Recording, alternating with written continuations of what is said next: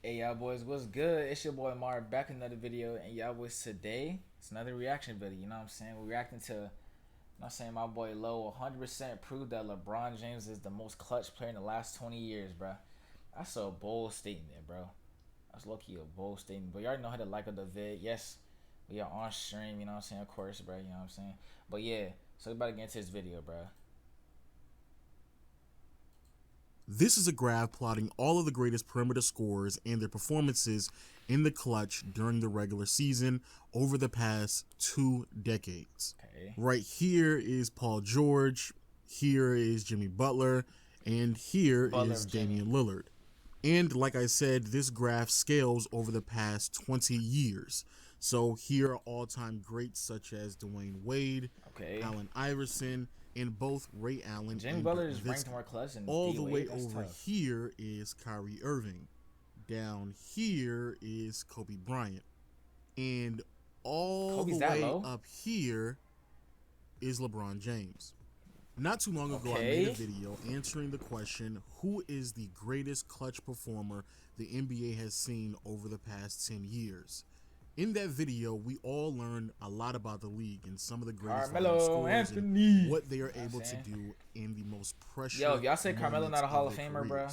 But after that video, I did want to figure out, as well as many other people, who is the greatest clutch performer, not only of the last decade, but in the past 2 decades, which made things a bit more difficult, largely because these numbers are extremely hard to come across. So just for my viewers, I dig deep, did the research, and came to the conclusion of who is the greatest clutch performer in the past 2 decades in the NBA. No way. And you would be surprised that all of these performers still do not amount to the greatest clutch performer of all time, and that is today's sponsors, Manscaped. Manscaped is the best when it comes to men's well-grooming and hygiene. And trust me when I say you definitely want to use Manscaped's products, because as I start to age, grooming is something that I'm starting to realize is very, very, very important. And luckily today, Manscaped hooked me up with the all-in-one performance package kit.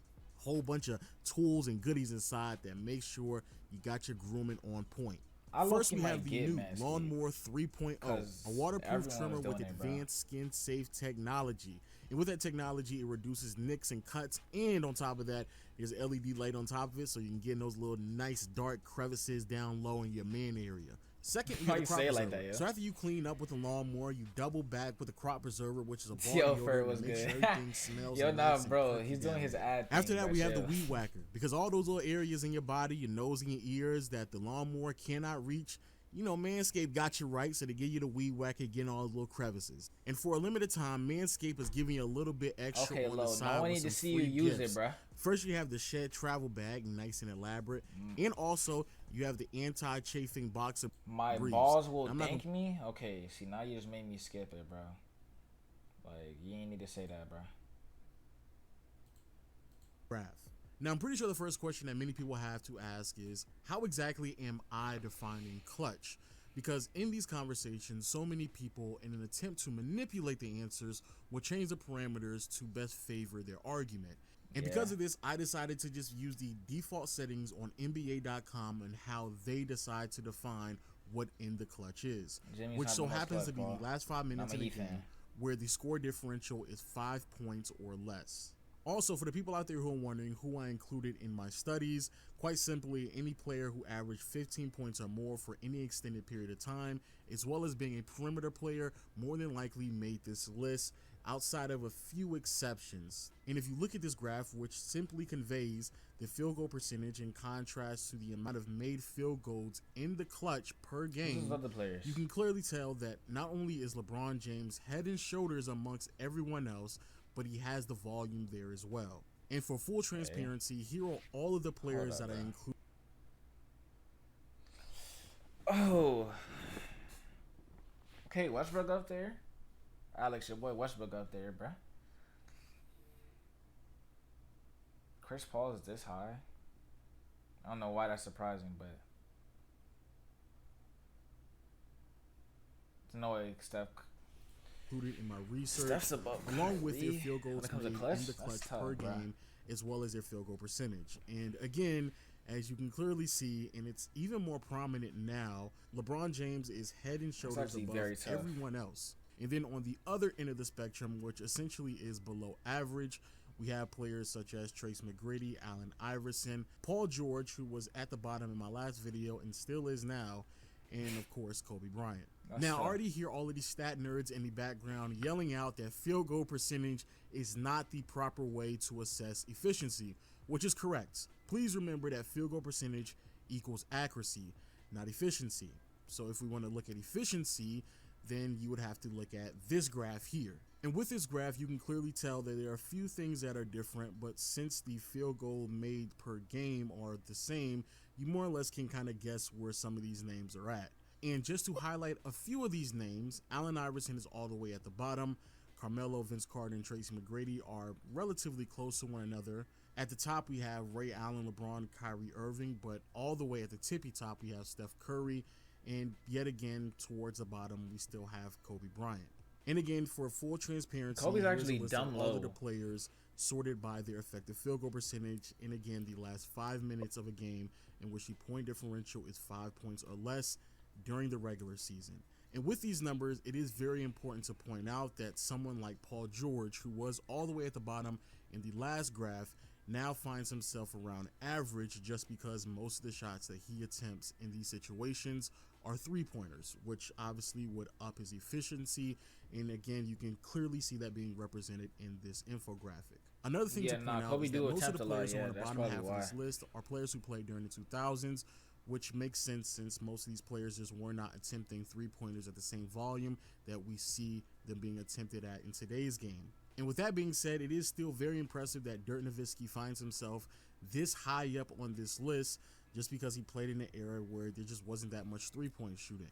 However, in my opinion, the most impressive thing about this list is that LeBron James is third, and he spent a huge portion of his career being an average to below average three-point shooter, especially in contrast to a lot of other players in today's league. So looking at accuracy and efficiency, LeBron finds himself at the top. But for many people, this just isn't enough. Pointing out what a player may do during a meaningless regular season game just isn't important enough in the conversation that needs to be had with a lot of these numbers. So of course, we have to dig a bit more deeper and look at how these players perform in the playoffs. And of course, that is a fair statement, especially when we're talking about clutch performers. The higher the stakes, the more pressure that is put on a player, the more impressive it is to see someone perform on that stage. So I did my research, but I had to do a little tweaking to the numbers. While doing my research, I realized that if I just limited these numbers to the last 5 minutes in a game when the point differential was 5 or less.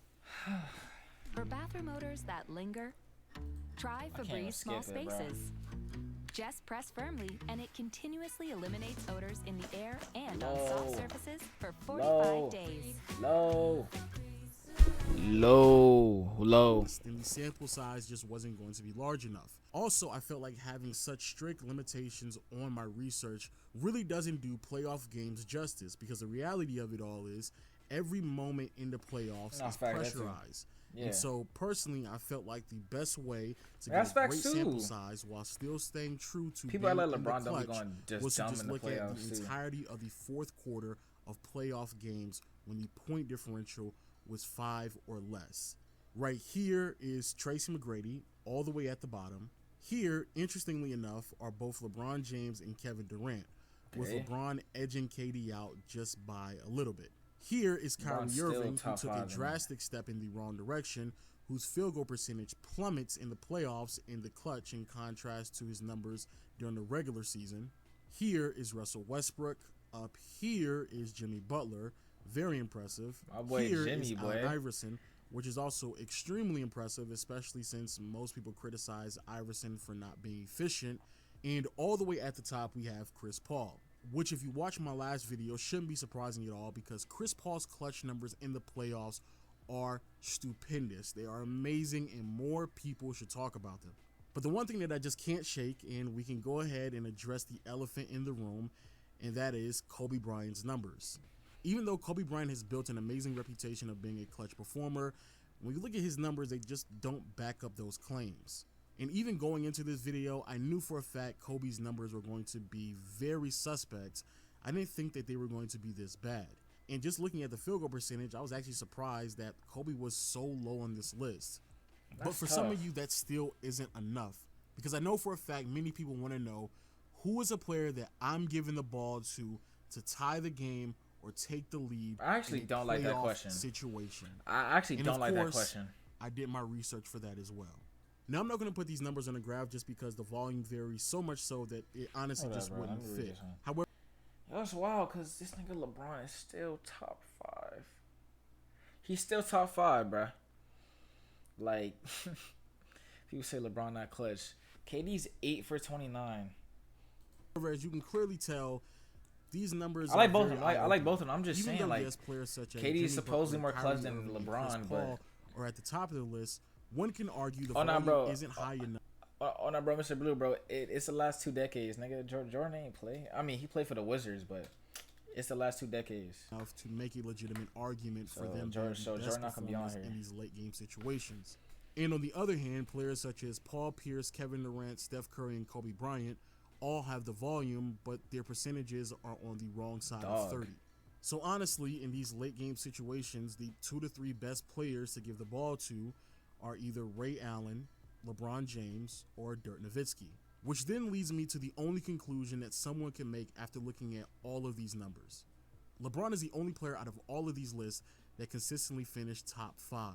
And when you take into consideration the volume that came along with it, it is undeniable, at worst, LeBron is one of the greatest clutch performers in the past 20 years. But I would argue, and most people should argue, that LeBron James is the greatest clutch performer the game has witnessed over the past 20 years. But with that being said, people, please let me know what you think about the video in the comment section below. Again, thank you for today's sponsors, Manscaped, for sponsoring the video. Make sure you click the link. Yo, bro, even last night, you know what I'm saying? Shout out Low, bro. You know what I'm saying? I'm gonna have this video link in the description. But even last night, bro, he was going dumb. What'd he shoot? What? 6 for 9 from 3, 7 for 9 from 3. LeBron, the one that can't shoot threes and stuff. He was going dumb, bro. But you know what I'm saying? Like I told y'all boys, you feel me, bro? We're gonna keep doing reactions and stuff, you know what I'm saying? I'm gonna try to get this jump shot video out for y'all too. For 2K, bro. But y'all always let me know what other reactions, you know what I'm saying, in the comment section, bro. Y'all always follow. I'm about to say, and I forgot to say, you know what I'm saying, bro. Follow everything, link in the description, bro. Follow the Twitch. We just hit 100 followers. Follow the Twitter, bro, you know what I'm saying? So, because sometimes YouTube don't send out notice.